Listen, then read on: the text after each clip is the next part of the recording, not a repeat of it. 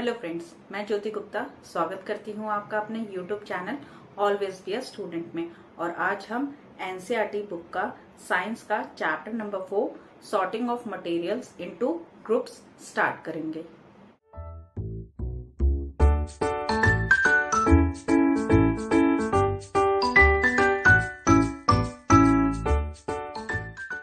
तो जैसा कि आप देख रहे हैं, चैप्टर का नाम क्या है? Sorting of materials into groups. Sorting मतलब क्या होता है? सॉर्टिंग मतलब होता है छांटना, मतलब किसी चीज को किसी चीज से अलग करना, उसको on the basis of their similarities, कुछ ना कुछ उसकी जो कुछ प्रॉपर्टीज होंगी उसके बेसिस पे जो है उनको अलग करना, छांटना, उसको बोलते हैं सॉर्टिंग। और उसको सॉर्टिंग को मटेरियल्स मतलब सामानों को सॉर्ट करना, छांटना और उनका एक अलग अलग ग्रुप बनाना। ठीक है, तो ये तो था चैप्टर का मतलब। आइए अब समझते हैं कि इस चैप्टर में आपको समझाया क्या गया है। जैसा कि हम रोजमर्रा में अपने जीवन में चीज, सामान, वस्तु अपने आसपास बहुत सारी चीजें देखते हैं। सपोज बेड हो गया, पंखा हो गया, एसी हो गया, कूलर हो गया, मोबाइल फोन हो गया। ठीक है, अब आप देखते हो, गौर करेंगे तो ये सारी चीजें जो है इनका शेप अलग होता है, इनका मटेरियल अलग होता है, इनकी बनावट अलग होती है, इनको बनाने का तरीका अलग होता है और ऐसे ही कुछ ना कुछ इनमें प्रॉपर्टीज होती हैं। तो यही जो प्रॉपर्टीज हैं हम इसको डिस्कस करेंगे और इसी के बेसिस पे हम जो है मटेरियल्स को जो है वो हम अलग अलग करते हैं। आगे हम ये भी पढ़ेंगे कि हमें ये इसकी जरूरत क्यों होती है, क्यों हम ये चीजें करते हैं। तो आइए पहले हम कुछ जो है मटेरियल्स की प्रॉपर्टीज के बारे में जानते हैं, जिसमें कि देखिए सबसे पहली जो है हमारी प्रॉपर्टीज क्या है? अपीयरेंस। अपीयरेंस मतलब क्या होता है? लुक। मतलब कि जो आपका मटेरियल है उसकी लुक कैसी है, हम लुक वाइज भी अलग अलग कर सकते हैं। सपोज कि किसी को मतलब लुक मतलब कि वो चीजें जो हैं जिससे बनी है उसका वो अलग अलग, उसका देखने का जो होगा, लुक जो होगी वो उसका वो अलग होगा। ठीक है, जैसे कि हम एक एग्जांपल लेते हैं बेड का। ठीक है, बेड हमारा किससे बनता है? वुड से बनता है। वुड अलग तरीके का दिखता है, ब्राउन कलर का दिखता है। वो मोस्टली वुड जो भी आपके दिखेंगे वो क्योंकि नेचुरल है तो उसका कलर क्या रहता है? ब्राउन कलर का रहता है। ठीक है, इसके अलावा अगर हम कोई सपोज मोबाइल फोन ले लेते हैं। ठीक है, मोबाइल फोन में क्या है? मोबाइल फोन एक मेटल है। ठीक है, मेटल से बना हुआ मोबाइल फोन है। और मेटल तो आपके किसी भी बहुत तरह के होते हैं, जैसे आपका आयरन हो गया, एल्युमिनियम हो गया, कॉपर हो गया, गोल्ड हो गया, सिल्वर हो गया। ठीक है, तो ये आपके सब क्या हो गए? मेटल हो गए। ये भी इनका भी जो है वो लुक अलग होता है, इनमें अलग तरह की शाइन होती है। ठीक है, इसके अलावा जैसे प्लास्टिक हो गया, फैन वगैरह हो गए हमारे। फैन किस चीज से बनता है? फैन हमारा प्लास्टिक से बनता है। ठीक है, उसका भी लुक अलग होता है, प्लास्टिक का भी लुक अलग होता है।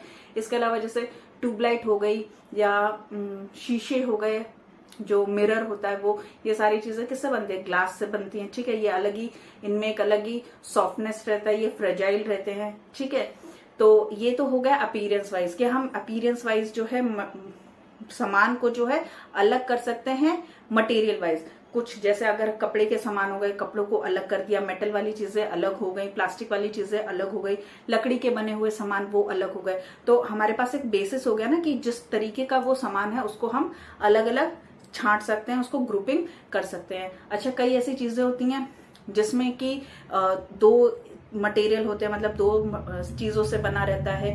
सपोज जैसे कि हम सपोज बात करते हैं शीशे की, मिरर की, जो हम मिरर यूज करते हैं। जैसे कि अगर हमारे पास हैंग मिरर है, जो वॉल मिरर है, तो जो है अगर हम उसको हैंग करते हैं तो कई बार क्या होता है, उस मिरर तो कांच का हो गया, आपका शीशे का हो गया, और जो उसके आसपास का बाउंड्री होता है वो कई बार लोहे का होता है, कई बार प्लास्टिक का होता है। ठीक है, तो यहाँ पे हम क्या कर सकते हैं कि जो हमारा मिरर है वो दो चीजों से मिल के बना हुआ है मिरर। ठीक है, तो यहाँ पे जो अगर हम अपीयरेंस की बात करें तो यहाँ पे हम दो अलग अलग चीजों से मिलके जो है हमारा मिरर बना है, कांच का जो है, कांच का और प्लास्टिक का। ठीक है, उसके बाद से हमारा आता है हार्डनेस।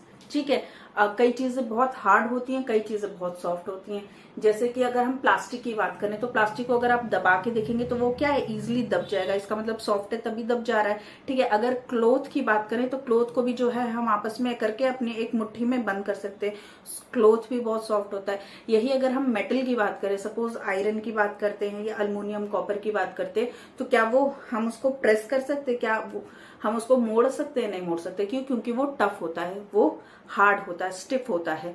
ठीक है, तो हम इसके भी जो है अकॉर्डिंग जो है हम मटेरियल्स को सॉर्ट आउट कर सकते हैं।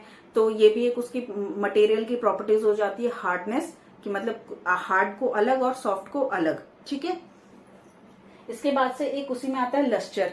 लस्टर मतलब होता है शाइन, चमक। ठीक है, तो जैसे कि अभी मैंने बात की मेटल्स की, मेटल्स में क्या होता है, अपनी एक शाइन होती है। यही चीज जो है आपको वुड में नहीं मिलेगी। जैसे लकड़ी है, लकड़ी को आपने कभी चमकते हुए देखा है? नहीं देखा है। ठीक है, तो यहाँ पे भी एक क्या है, प्रॉपर्टी अलग हो गई ना मटेरियल्स की, कि एक में चमक है, एक में चमक नहीं है। ठीक है, इसके बाद से आपका आता है सॉल्यूबल एंड इनसॉल्यूबल। ठीक है, सॉल्यूबल मतलब कि ऐसी चीजें, ऐसे मटेरियल्स, ऐसे सब्सटेंस जो कि पानी में पूरी तरह से घुल जाएं, उसको क्या बोलते हैं, सॉल्यूबल। ठीक है, जैसे कि हमारा शक्कर हो गया, चीनी हो गया, नमक हो गया, ये सब अगर हम पानी में डालते हैं तो क्या पूरी तरह से घुल जाता है ना, तो ये सब हमारे क्या हो गए, सॉल्यूबल हो गए। इसके बाद से जैसे कि हमारा आता है इनसॉल्यूबल। ठीक है, अब पानी में यही अगर हम कंकड़ पत्थर डाल दें तो क्या वो पानी में मिक्स होगा? नहीं मिक्स होगा, तो वो क्या हो जाता है, इनसॉल्यूबल हो जाता है। ठीक है, इसके बाद से आपका नेक्स्ट आता है फ्लोट एंड सिंक। फ्लोट मतलब होता है तैरना और सिंक मतलब होता है डूबना। अब इसी में कुछ ऐसी चीजें हैं जो कि पानी में डूब जाती हैं और कुछ ऐसी चीजें जो पानी में तैरती रहती हैं, जैसे कि लकड़ी या प्लास्टिक। अगर आप किसी लकड़ी को या किसी लकड़ी से बनी हुई चीज को या किसी प्लास्टिक को अगर आप पानी में डाल के देखेंगे तो वो क्या है, पानी में तैरेगा। और यही अगर कोई लोहे से बनी हुई चीज है, कोई अगर आयरन से बनी हुई चीज है, उसको अगर हम पानी में डालेंगे तो क्या होगा, वो पानी में नीचे जाके बैठ जाएगा, मतलब कि डूब जाएगा। तो ये भी एक मटेरियल की प्रॉपर्टी हो गई कि कुछ मटेरियल तैर सकते हैं और कुछ मटेरियल पानी में डूब जाते हैं। ठीक है, इसके बाद से आपका नेक्स्ट आता है ट्रांसपेरेंसी। ट्रांसपेरेंसी मतलब होता है पारदर्शिता।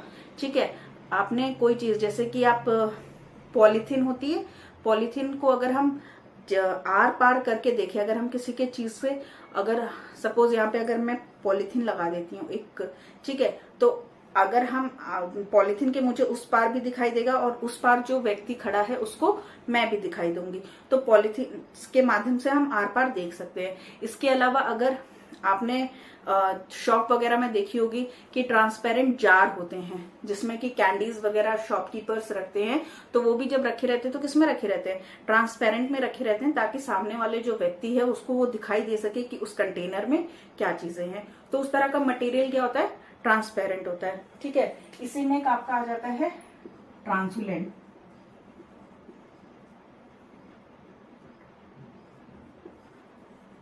ठीक है, ट्रांसुलेंट मतलब क्या होता है कि कई बार क्या होता है, कुछ ऐसी चीजें होती है, जैसे सपोज कपड़ा है, ठीक है, अगर एक कॉटन के कपड़े को यहाँ पे रख दिया जाए तो सामने वाला मुझे एग्जैक्टली बहुत ही साफ सुथरे तरीके से नहीं दिखाई देगा, लेकिन हाँ कुछ कुछ मुझे उसका कुछ एक आइडिया मिल जाएगा कि हाँ सामने कौन सी चीज रखी है या कौन सा व्यक्ति खड़ा है। तो ट्रांसुलेंट मतलब होता है कि ऐसी चीजें जिसमें कि हमको आर पार पूरी तरह से ना दिखाई दे, लेकिन एक हल्का फुल्का हमको एक झलकी मिले, उसी तरह के चीज को क्या कहते हैं, हम ट्रांसुलेंट कहते हैं। जैसे कि इसमें एग्जांपल आता है आपका कॉटन का कपड़ा।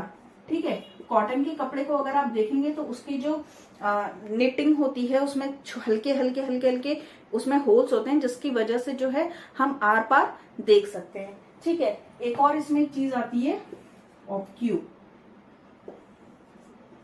ठीक है, ये ऐसी चीजें होती हैं जिसके कि आर पार हम नहीं देख सकते हैं। इसमें जैसे कि एग्जांपल आ गया आपका दीवार, ठीक है, वॉल।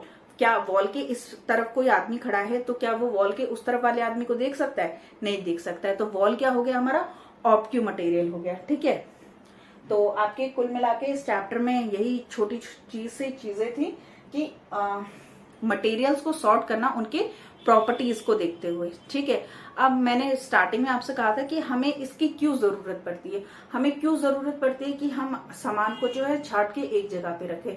तो बेसिकली इसको हम अपनी ही कन्वीनियंस के लिए ये ऐसा काम करते हैं। जैसे कि हम एक एग्जांपल के तौर पे समझते हैं कि अगर हमें किचन में खाना बनाना है तो ऑब्वियस सी बात है कि जितना भी किचन का सामान होगा हम उसको किचन में रखेंगे। हम ऐसा नहीं करते हैं कि हाँ ठीक है चूल्हा हमारा किचन में है, गैस स्टोव हमारा किचन में है और हमने नमक मसाले जो है गेस्ट रूम में रखे हुए हैं।